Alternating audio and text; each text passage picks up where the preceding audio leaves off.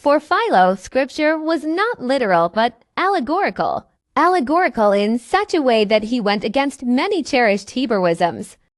Philo interprets Moses' encounter with God as an allegorical ascent to the intelligible world, where Moses transcends the material realm to perceive divine truths. In On the Life of Moses, he frames this experience as symbolic of the soul's philosophical journey toward understanding the world of forms. But we all know that this is not the way that this is traditionally viewed.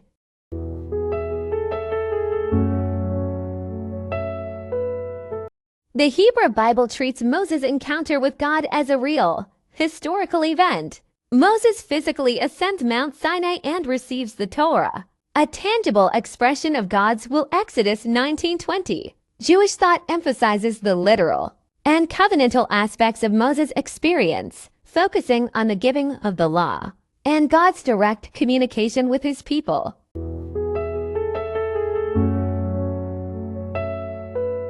Philo's allegorical approach downplays the historical and concrete aspects of biblical narratives, which are central to Jewish theology.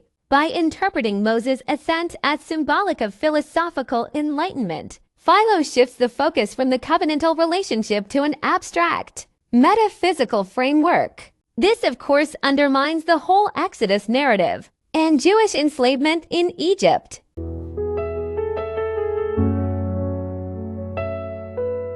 Influenced by Platonic dualism, Philo sees the physical realm as secondary to the spiritual intelligible world. The material world is viewed as a temporary dwelling for the soul, which strives to return to its divine source.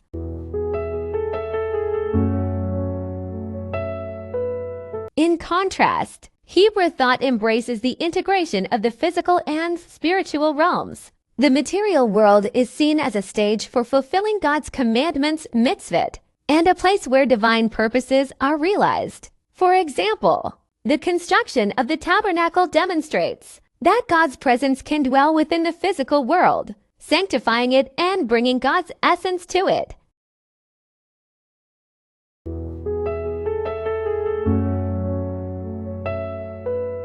Philo devalued the physical world and emphasized spiritual growth through transcendence into the higher realm of forms. By mastery of the lower passions, one was able to pierce the veil of the physical world. Contrast this with the covenantal view of the Hebrew Bible, which dictates that earthly life is about submission to God's will through following the 613 laws. Part 3 is up next.